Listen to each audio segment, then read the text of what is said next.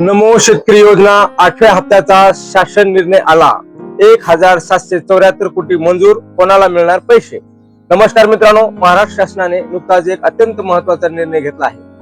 तब्बल 1774 कोटी रुपये. हा आकडा छोटा नाहीये, पण प्रश्न असा आहे की हे पैसे नक्की कोणत्या हप्त्याचे आहेत आणि सर्वात महत्त्वाचं म्हणजे तुमच्या खात्यात हे पैसे कधी जमा होणार.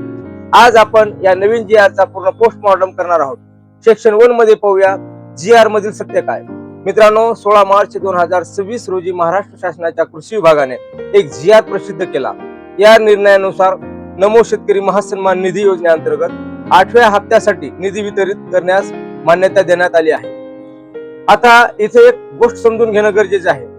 केंद्राची PM किसान योजना आणि राज्याची नमो शेतकरी योजना या हातात हात घालून चालतात. केंद्र सरकार वर्षाला 6,000 रुपये देतं आणि राज्य सरकार अतिरिक्त 6,000 रुपये देतं. म्हणजेच आपल्या बळीराजाला वर्षाला एकूण 12,000 रुपये मिळतात. सेक्शन 2 मध्ये पाहूया हा 8वा हप्ता कोणत्या कालावधीचा आहे. अनेक शेतकरी बांधव संभ्रमात आहेत की हा हप्ता नेमका कधीचा आहे.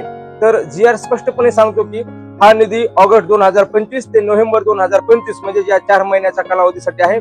लक्षात घ्या, केंद्र सरकारने नोव्हेंबर 2025 मध्ये PM किसानचा 21वा हप्ता दिला होता. नियमानुसार त्यानंतर लगेच राज्याचा हप्ता येणं अपेक्षित होतं, पण काही तांत्रिक कारणामुळे आणि निधीच्या उपलब्धतेमुळे याला थोडा उशीर झाला. पण आता शासनाने 1774.70 कोटी रुपयाची तरतूद करून ही अडचण दूर केली आहे. सेक्शन 3 मध्ये पाहूया पैसे कोणाला मिळणार, द बट फॅक्टर. पण मित्रांनो, इथे एक ट्विस्ट आहे.